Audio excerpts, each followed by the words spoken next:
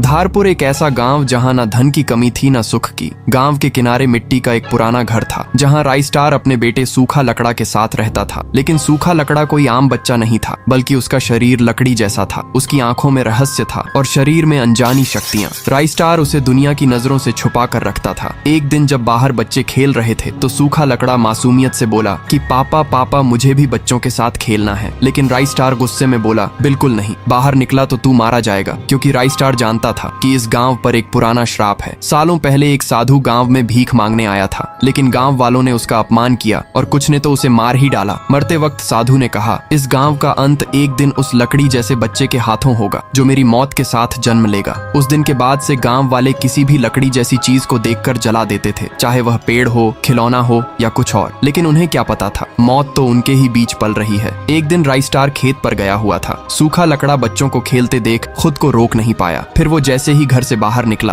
तो गांव वालों ने उसे देख लिया और उन लोगों ने बिना सोचे समझे उसे घेर लिया और जिंदा जला दिया। जलते हुए सूखा लकड़ा की आंखों से आंसू नहीं बल्कि आग निकली और वो बस एक बात बोल पाया कि अब ये गांव तबाह हो जाएगा। फिर राइस्टार दौड़ता हुआ आया और बेटे की जली लाश को देखकर टूट गया। जिस चीज से डरता था वही हो गया। आसमान में काले बादल छा गए, बिजली कड़कने लगी और गांव में सन्नाटा छा गया। रात को अझुकाका घर से बाहर निकले, देखा तो सूखा लकड़ा की लाश गायब थी और वहां पर बस एक सूखा पेड़ खड़ा था। नीचे एक लकड़ी का बंडल रखा था। फिर जैसे ही अझुकाका ने उस पर आग लगाई तो वो जोर से चीखे और उनकी वहीं पर मौत हो गई। अगली सुबह गांव वाले पहुंचे तो अझुकाका का शरीर भी गायब हो गया। अब हर सुबह गांव में एक नया सूखा पेड़ उग आता और उसके नीचे एक नई लाश होती। गांव के चेहरे पर सन्नाटा था। धारपुर अब धरती का श्मशान बन चुका था। सूखा लकड़ा लौट आया था। अब हर सूखा पेड़ किसी की मौत का पैगाम लेकर आता। एक दिन शहर से एक परिवार वहां से गुजर रहा था। गाड़ी बीच में बंद हो गई। तभी एक अजीब बच्चा सामने आया और अचानक से एक सूखा पेड़ बन गया। परिवार मौके पर ही मर गया। राइस्टार अब अकेला बचा था। फिर वो सूखा लकड़ा के पास गया और रोते हुए बोला, बेटा ये तुम क्या कर रहे हो? फिर सूखा लकड़ा गुस्से में बोला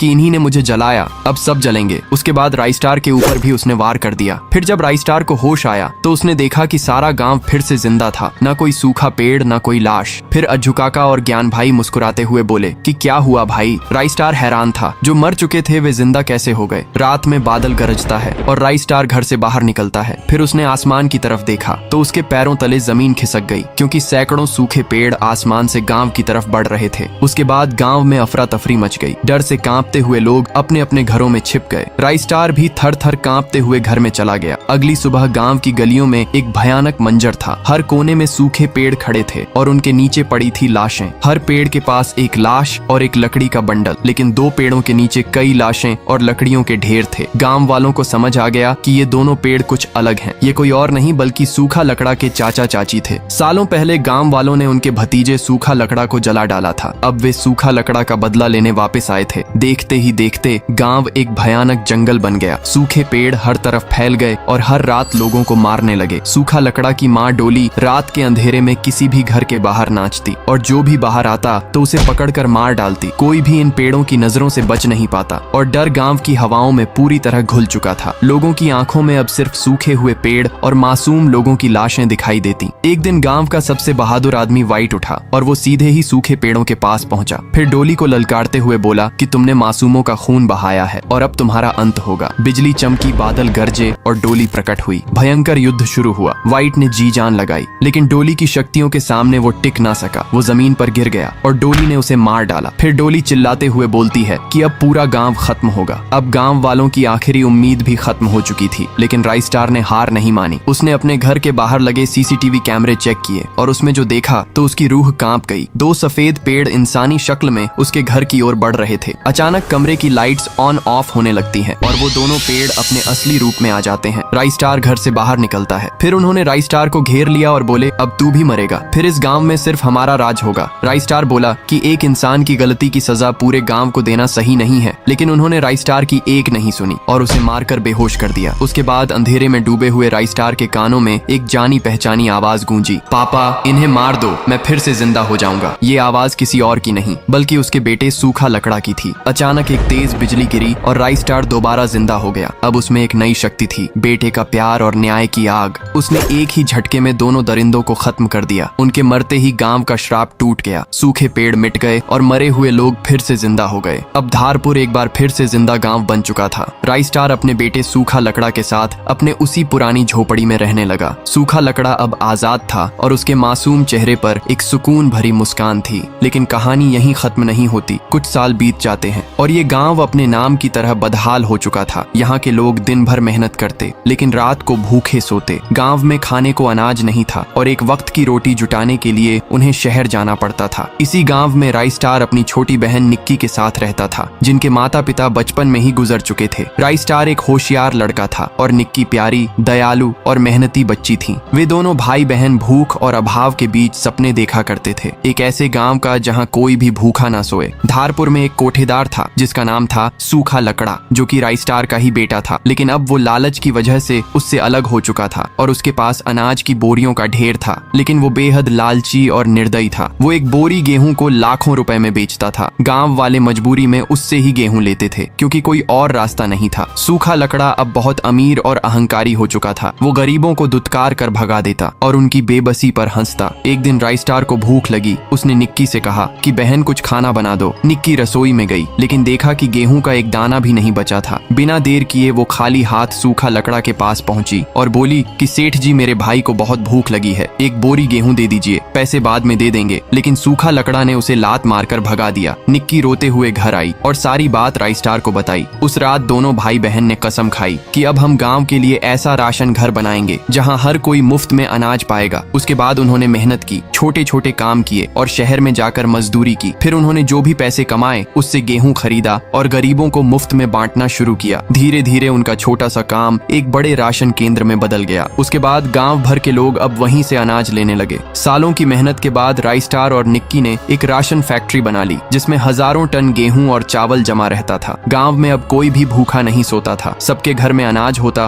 और राई स्टार निक्की को सब मसीहा मानते। वहीं दूसरी ओर सूखा लकड़ा का धंधा अब पूरी तरह से चौपट हो गया था। अब कोई भी उसके पास अनाज लेने नहीं आता था। उसकी दौलत खत्म होने लगी और वो गुस्से से जलने लगा। फिर एक रात जब राई स्टार शहर गेहूं लेने गया तो निक्की फैक्ट्री में अकेली थी। तभी सूखा लकड़ा अपने कुछ गुंडों के साथ फैक्ट्री में घुस आया। उसने निक्की को बांधा और कुछ गेहूं की बोरियों के साथ गाड़ी में डालकर ले गया। गाड़ी सुनसान पुल पर रुकी और फिर सुनाई दी एक दर्दनाक चीख। उसके बाद निक्की को सूखा लकड़ा ने पुल के नीचे फेंक दिया, जिसकी वजह से निक्की की वहीं पर मौत हो गई। अगली सुबह राई स्टार जब अपनी फैक्ट्री पर लौटा तो वहाँ का मंजर दिल दहला देने वाला था। जगह जगह तोड़ फोड़ हुई थी, मशीनें बंद पड़ी थीं और सबसे दर्दनाक बात, निक्की गायब थी। पूरे गांव में उसकी तलाश हुई। कई दिन बीत गए और फिर पुलिस को नदी किनारे एक लाश मिली। वो निक्की थी। उसके चेहरे पर दर्द, पीड़ा और बेबसी साफ दिख रही थी। राई स्टार टूट चुका था। उसने अपनी बहन का अंतिम संस्कार किया लेकिन उसकी आंखों के आंसू सूख चुके थे। अब उसके अंदर सिर्फ गांव वालों की सेवा करने की एक जिद बची थी। निक्की की मौत ने धारपुर को हिला कर रख दिया था। हर तरफ उदासी छा गई थी लेकिन फैक्ट्री जैसे तैसे चल रही थी। किस्मत ने फिर एक वार किया। एक रात सूखा लकड़ा अपने गुंडों के साथ आया। फिर उसने राई स्टार को बेरहमी से मारा और फैक्ट्री से सारा अनाज लूट लिया। धारपुर एक बार फिर भुखमरी के अंधेरे में डूब गया। अमावस्या की रात को गांव के श्मशान के पास से